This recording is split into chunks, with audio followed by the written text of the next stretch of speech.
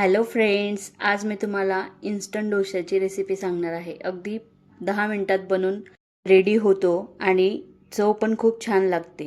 त्यासाठी इथं मी मिक्सी जारमध्ये 1 वाटी बारीक रवा घेतलेला आहे। त्याच वाटीच्या मापाने अर्धी वाटी दही घेतलेला आहे। दही जर जास्त आंबट असेल तर तुम्ही त्याच्यापेक्षा अर्ध घेऊ शकतात। त्याच्यात अजून थोडं मी पाणी टाकलं, चवीनुसार मीठ टाकलं आणि मिक्सरमध्ये चांगलं बारीक पेस्ट तयार करून घेतलेली आहे। ही पेज आपल्याला जास्त बारीक करायची नाही, थोडीशी रवेदार अशी ठेवायची आहे, जेणेकरून डोसा एकदम क्रिस्पी बनतो। आणि आता हे सर्व मिश्रण मी एका भांड्यात काढून घेतलेलं आहे।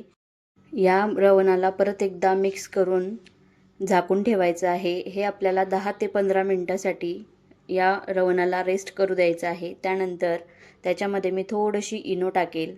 सोडा असेल तर तुम्ही खाण्याचा सोडासुद्धा टाकू शकतात।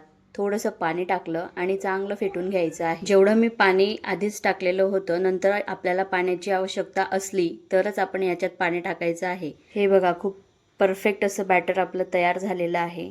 आता मी आधीच तवा तापवून ठेवलेला होता। नॉनस्टिक पॅन असल्यामुळे मी आधी तेल नाही लावलं। तुम्हाला तेल लावायचं असेल किंवा बटर लावायचं असेल तर तुम्ही बटर लावू शकता। आणि मस्त डोशासारखं आपल्याला असं पसरवून घ्यायचं आहे। बघा, अजून आपल्याला डोसा काढताना सुद्धा प्रॉब्लेम येत नाही, कारण आपण ते मिक्सी जारमध्ये चांगलं फिरवलं आणि त्याच्यानंतर आपण ते चांगलं फेटून घेतलं। नंतर मी थोडंसं तेल टाकलं, वरतून मसाल्यासाठी शेजवान चटणी टाकली। तुमच्याकडे आलूचा मसाला असेल तर तुम्ही आलू टाकू शकतात। याच्याने सुद्धा खूप टेस्टी असा डोसा लागतो। आणि मस्त हॉटेलसारखं त्याला कट करून घेतलं आणि क्रिस्पी होईपर्यंत होऊ दिलं। एकदम छान असा डोसा बनलेला होता। रेसिपी आवडली असेल तर लाईक करा, शेअर करा आणि चॅनलला सबस्क्राईब करा।